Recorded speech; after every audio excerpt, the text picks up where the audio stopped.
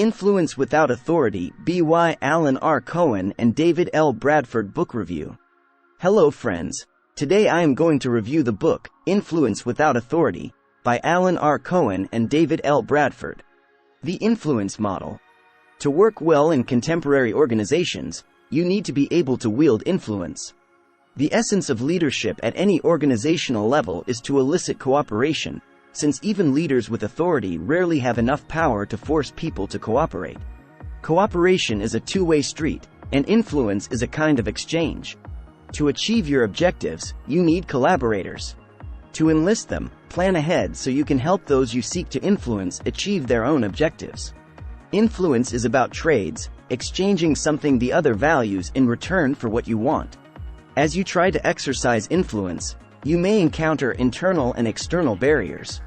There are internal barriers to influence, which are usually more difficult, obstinate blockages than the external barriers are.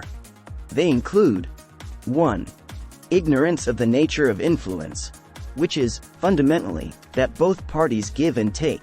In fact, you must give in order to take. 2. Destructive attitudes that prevent you from recognizing the truth, especially about yourself and those you seek to influence. 3. Fear of what the other party might say or do. 4. Failure to explain to others how they could benefit from helping you. When you need something from someone who has no formal obligation to cooperate, begin by assessing whether you could form an alliance by discovering where there might be overlapping interests. Critical external barriers to influence include 1. A power gap between you and those you seek to influence. 1. If the gap is too wide, you may have nothing they value. 1. That would make you unable to swap with them. 2. Divergent objectives and priorities between you and those you seek to influence. 2. You share no common ground and, thus, no common currency. 3. Success metrics and incentives that reward others for avoiding what you want. 4. Rivalries that lead people you might otherwise influence to see you as an antagonist or as an enemy with whom they cannot negotiate. Failure to think in a positive way about people who are difficult to influence is perhaps the deadliest of self-created traps. To gain influence, follow this 6-step model. Consider everyone as a potential friend and ally. Clearly identify and define your objectives and priorities. See the world through the eye of those you seek to influence. Find out what other people value, and what you can offer in exchange. Know also precisely what you value and will accept. Understand your relationship with those you want to influence, and understand what kind of relationship they want. Exercise influence through a process of mutual exchange and mutual benefit. The currencies of influence. Influence is a form of exchange, so you must identify the currencies, the valuable resources, you can swap for cooperation from others. The trick to unhooking yourself from your negative views is to assume that the potential ally thinks his or her behavior is reasonable, and your job is to understand that reasonable person's rationale, so that you can pursue a win-win resolution. These currencies fall into 5 broad categories. Inspiration. These currencies give work meaning. They include a stirring vision of the future, a chance to do great work, or the prospect of taking the ethical high road. Task. These currencies make someone's work better, more efficient, or more satisfactory. They could include an opportunity to get additional resources, a challenge that makes a job more interesting, or an opportunity to get more support. Position. These currencies give a person more status. They include visibility, glory, credit, reputation, broader contacts, or a sense of being an important insider. Relationship. These currencies are based on personal relationships, such as making someone feel accepted or understood. Personal. These currencies address a person's sense of self and include gratefulness, a sense of ownership, self-esteem, and even peace and quiet. Everybody's behavior is reasonable from his or her point of view. Seeing the world through another person's eyes. To get a good idea of what your prospective allies value, examine 1. Their jobs. Do they hold number-crunching jobs, people jobs, monotonous jobs, varied jobs, jobs that reward innovation, or jobs that demand conformity? 2. Their environmental context. Do they deal with customers, cost controllers, production people, or external constituencies? 3. Their risks and uncertainties. Can you cement an alliance by helping them reduce their risk or uncertainty? 4. Culture. Different groups may have distinct cultures even inside a single company. 5. Career plans and objectives. Pay attention to where your allies hope to go, and to where they have been. 5. Someone with a corporate background may see the world quite differently than someone with an academic or entrepreneurial background. 6. Problems. Understand what keeps your prospective allies awake at night.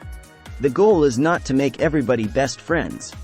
As you glean an understanding of your potential allies' contacts, background, education, and so on, beware of naive stereotypes. What you have to offer. You probably have more currencies to spend than you realize. But to count your currencies, you must first clearly understand your position in the world around you. First, be clear about your major goals. When you're pursuing an important objective, it is very easy to develop tunnel vision. To achieve all the power of which you are capable, you need to understand yourself as well as your potential ally. Your influence doesn't apply only to those at or below your level. To develop a good working partnership, also try to influence your boss and superiors. In fact, whether you have a good or bad boss may be largely up to you. After all, you know better than the boss how well they are managing you. To improve your boss, share information you have that they lack. If they are overworked or overwhelmed, provide moral, personal, and political support. Influencing your boss requires tact, but you can use the same influence model that works with your peers. That is, understand the boss's world as they see it, so you can recognize what currency they value. Then, you will know how to negotiate a diplomatic exchange. Relationship building. Influence requires good relationships, which depend on, and foster, communication and cooperation.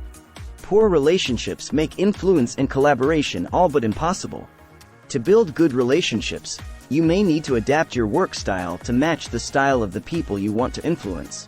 There is no single, invariably correct work style. Know your style, and know the preferred style of the people you seek to influence. Sometimes, people with an exciting idea and high commitment become more single-minded than is necessary. Sometimes, you may want to influence someone whose relationship with you is already marred by suspicion, hostility, and enmity. First, examine yourself to see if the problem is your fault. If you have done something wrong, correct it. Recognize that behavior that seems very reasonable to you may appear very wrong to other people. See yourself through their eyes. Then, examine their organizational context to see why they may have acted in a manner you found offensive or difficult. When you understand the causes of behavior, you may be able to replace your indignation with sympathy and patience. Some bosses are too uncomfortable to ever directly discuss their relationship with their subordinates, but there are ways to sneak up on a discussion that have a better chance of working. Focus on the job. Relationship issues may remain even after you examine yourself and understand your prospective ally's context. If so, put your personal feelings aside and get to work on the job at hand. Sometimes focusing on the details of work can eclipse relationship problems, and even help improve or resolve outstanding issues. Working together may one day open a door for talking openly about problems in the relationship. Trading strategies. The influence model uses 4 basic trading strategies. Straight swap. This works when each party has something the other party values, if the values are about equal and the relationships are pretty sound. Conversion. Explain to prospective allies how cooperating with you will benefit them. Discovery. Explain value that might have been hidden. Cost compensation. If you want your prospective ally to do something that carries a cost the ally must bear, offer to defray it in a currency that your ally values more. The saving grace in organizational life is that anyone who does it only for selfish ends will sooner or later be seen as more interested in advancing personal goals than at helping the organization accomplish its goals, and will lose credibility and clout. The currencies of influence have a time dimension, just as other currencies do. You may pay immediately. This is the simplest, most straightforward approach. Draw down from the favor bank. Build a credit in the influence bank by doing favors and accumulating favor debts that allow you to draw down later. Different people value different currencies, but if you are thoughtful and consistently helpful, you will accumulate a sizable balance. Beware, however, of seeming self-interested when you make your deposits in the favor bank. If you are too obviously doing favors in order to put people in your debt, you will create ill will. Buy now, pay later. Strike an agreement that the other party will do a favor for you now and you will reciprocate in the future. This will hinge on your credibility. The chance to work at tasks that provide a challenge or stretch is one of the most widely valued currencies in modern organizational life. Sticky problems arise with time-deferred exchanges. Sometimes colleagues may not even recognize that you have made a deposit in their favor account, or may not be willing to admit that they have a debt to you. Sometimes, people undervalue favors that cost you a great deal of time and effort. In such cases, adapt your responses to the prospective ally's worldview and the organization's culture. Don't let one failure lead you to give up. History can be overcome. It just takes repeated efforts.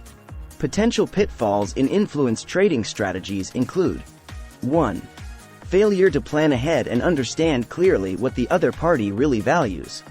2. Attachment to your opinions, even in the face of changing facts. 3. Attempts to bluff those whose power far outweighs your own. 4. Timidity stops you using your influence currencies because you fear anger or hostility. 5. Going too far to win a trade while forgetting that you may have to deal with this person again, in the future. The influence model is almost universally applicable. The consistent key to influence is to understand the position and worldview of the person you seek to influence, and to develop a strategy that responds to that person's values and needs. Influence applies not only on a person-to-person basis, but also on a group-to-group basis. Always understand the context of those you seek to influence. Gather the facts and be alert when they shift.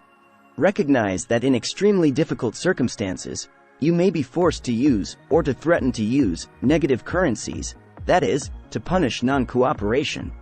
Be willing to use negative currencies when you must. However, begin small and escalate slowly.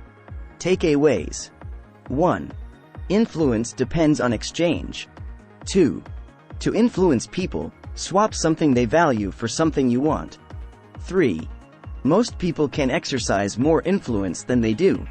4. Relationships are the foundation of influence. 5. Treat those you seek to influence as potential allies and clients. 6. If you want influence, technical competence is the price of entry. 7. To be influential, appear to be exercising influence for the good of others, not for your own good. 8. Failures in influence are often rooted in personal failures or shortcomings. 8. You can overcome most of these problems. 9. Basic external barriers to influencing others include individual differences, diverse goals, and different standards for measuring success. 10. Basic internal barriers to influencing others include ignorance, fear, and failure to frame your needs in terms of benefits for the other party. Thanks for watching. Please like, share, and subscribe this channel for more videos.